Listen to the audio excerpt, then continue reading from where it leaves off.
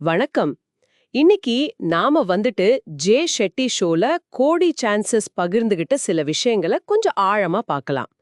குறிப்பா இந்த போரிங், அதாவது கொஞ்சம் சலிப்பான தொழில்கள் மூலியமா எப்படி செல்வம் சேர்க்கறது பத்தி அவங்க பேசினது.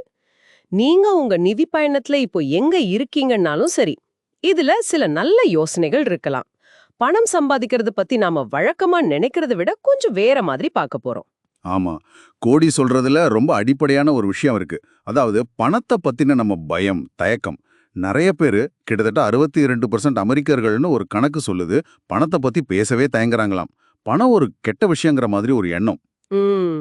ஆனா கோடி என்ன சொல்றாங்கன்னா, பைபிள்ல கூட பணத்தின் மேல இருக்கிற ஆசை தான் தீமைக்கு காரணம். பணமே இல்லைன்னு தெளிவுபடுத்துறாங்க. பணம் வெறும் ஒரு கருவிதான் இல்லையா? ஆமா, நாம எப்படி பார்க்கறோம், எப்படி பயன்படுத்துறோங்கிறது தான் முக்கியம். சரி, இதுல அவங்க சொல்ற முதல் பாயிண்ட் ரொம்ப பவர்ஃபுல்லா இருக்கு. உரிமைத்துவம், ஓனர்ஷிப். கரெக்ட். பணம் பண்ணணும்னா வெறும் ஆர்வத்தை மட்டும் பார்க்காதீங்க, கணக்க பாருங்கன்னு சொல்றாங்க. இது சுவாரஸ்யமா இருக்கு. கோடீஸ்வரர்கள்ல 70% பேர் சுய உழைப்புல வந்தவங்க. ஆமா. அதுலயும் 68% பேர்கிட்ட ஏதோ ஒரு வகையில தொழில் உரிமை இருக்குன்னு சொல்றது கொஞ்சம் யோசிக்க வைக்குது. நிச்சயமா. இது ரொம்ப முக்கியமான புள்ளிவிவரம். கோடி சொல்றத வச்சு பார்த்தா நீங்க பெரிய பிசினஸ்மேன் ஆகணும்னு இல்ல. ஆனா உங்களுக்குன்னு ஒன்னு இருக்கணும். அதாவது ஸ்கின் இன் தி கேம்னு சொல்லுவாங்களே அது. ஒரு பங்கு வேணும். அது கம்பெனி பங்குகளா இருக்கலாம், இல்ல உங்க திறமையை வச்சு போடுற ஒரு ஒப்பந்தமா இருக்கலாம். அந்த உரிமை இல்லாம நிதி சுதந்திரங்கிறது ரொம்ப கஷ்டம் அவங்க அழுத்தமா சொல்றாங்க. ஓகே. அப்போ அந்த உரிமையை அடையறதுக்கு திறமைகள் முக்கியம் இல்லையா? அடுத்த பாயிண்ட் அதுதான். கல்வியை விட திறன்கள். Skills over degrees. ம். இப்போ இருக்கிற ஜென்சி, அதாவது இந்த தலைமுறை, அவங்க பெத்தவங்கள விட கம்மியா சம்பாதிக்கிறாங்க. ஆனா படிப்பு செலவு பல மடங்கு அதிகம்னு சொல்றாங்க. ஆமா, 3-4 மடங்கு அதிகம்னு சொல்றாங்க. இது பெரிய முரண்பாடு. கூகுள் மாதிரி பெரிய கம்பெனிகளே இப்போ டிகிரியை விட திறமையதான் பாக்குறதா கோடி சொல்றது நிஜமாவே ஒரு பெரிய ஷிஃப்ட் மாதிரி தெரியுது. உண்மைதான். ஏன்னா உலகம் மாறிடுச்சு. நீங்க காலேஜ்ல என்ன படிச்சீங்கங்கிறத விட அதை வச்சு இப்போ என்ன செய்ய முடியும்? ஒரு டீமை நடத்த முடியுமா? ஒரு பிரச்சனைக்கு தீர்வு சொல்ல முடியுமா? இந்த மாதிரி பிராக்டிக்கல் ஸ்கில்ஸ் தான் இப்போ முக்கியம். படிப்பு ஒரு ஃபவுண்டேஷன் தான். ஆனா அது மட்டும் போதாது. சரி, திறமைகள் இருக்கு. ஆனா எங்க பயன்படுத்துறது? இங்கதான் கோடி ஒரு வித்தியாசமான வழிய சொல்றாங்க. எல்லாரும் டெக் ஸ்டார்ட் அப் கிரிப்டோன்னு போயிட்டு இருக்கும்போது கோடி சொல்றாங்க, உண்மையான செல்வம் எங்க இருக்குன்னு பாருங்க, நம்ம அன்றாட தேவைகளை பூர்த்தி செய்யற கொஞ்சம் சலிப்பான தொழில்கள்ல. ஆமா, ஆமா. எக்விப்மெண்ட் ரெண்டல், விண்டோ கிளீனிங், ரூஃபிங் இந்த மாதிரி. யாருமே பெருசா பேசாத தொழில்கள். உலகின் பணக்கார பெண்மணி ஒரு ரூஃபிங் கம்பெனி முதலாளின்னு சொல்றது. அட, இதுதான் உங்களோட பெரிய இன்சைட். ஏன்னா இந்த மாதிரி தொழில்கள்ல போட்டி கம்மியா இருக்கலாம், ஆனா தேவை எப்போதுமே இருக்கும்.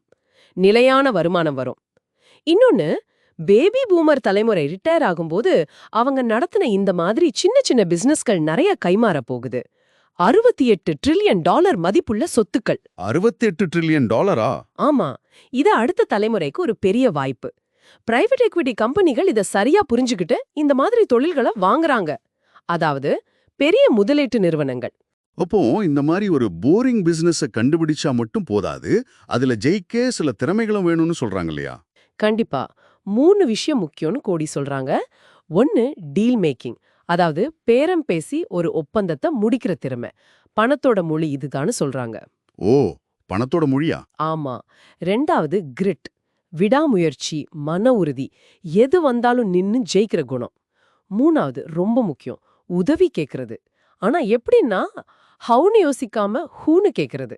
அதாவது இதை எப்படி செய்யறதுன்னு யோசிக்கிறத விட யார் இதை சரியா செய்வாங்களோ அவங்கள போய் கேக்குறது. இது நல்ல பாயிண்ட். நம்ம நேரத்தை மிச்சப்படுத்தும். அந்த டீல் மேக்கிங் பத்தி இன்னும் கொஞ்சம் சொல்லுங்களேன்.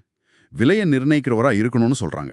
ஆமா, அதாவது நீங்க ஒரு பொருளுக்கோ சேவைக்கோ விலைய சொல்றவரா இருக்கணும், மத்தவங்க சொல்ற விலையை ஏத்துக்கிறவரா இருக்கக்கூடாது. இதுக்கு நல்ல பேரம் பேசும் திறன் வேணும். பணக்காரங்க எல்லாத்தையும் பேரம் பேசுவாங்கன்னு கோடி சொல்றாங்க. சரி, இதெல்லாம் செய்யும்போது நமக்கு ஒரு வழிகாட்டி தேவைப்படுமே. மென்டர்ஷிப்பை பத்தி கோடி சொல்றது கொஞ்சம் வித்தியாசமா இருக்கு. நேரடியா போய் என் மென்டரா இருங்கன்னு கேட்காதீங்கன்னு சொல்றாங்களே. ஆமா, அது கொஞ்சம் செயற்கையா இருக்கும்னு நினைக்கிறாங்க. அவங்க என்ன சொல்றாங்கன்னா, உங்களுக்கு யார பிடிக்குதோ அவங்க சொல்ற ஆலோசனையை முதல்ல கேளுங்க, அதன்படி செயல்படுங்க. அப்புறம் அது எப்படி ஒர்க் அவுட் ஆச்சுன்னா உங்களுக்கு ஒரு சின்ன மெசேஜ் அனுப்புங்க, நன்றி சொல்லுங்க, அப்புறம் சின்னதா ஒரு கேள்வி கேளுங்க. ஓ, அப்படியா? இப்படி பண்ணும்போது அவங்களே உங்க வளர்ச்சியில அக்கறை காட்ட ஆரம்பிப்பாங்க. இது ஒரு இயல்பான உறவா மாறும். அவங்க ஒருத்தருக்கு இப்படி வழிகாட்டியத உதாரணமா சொல்றாங்க.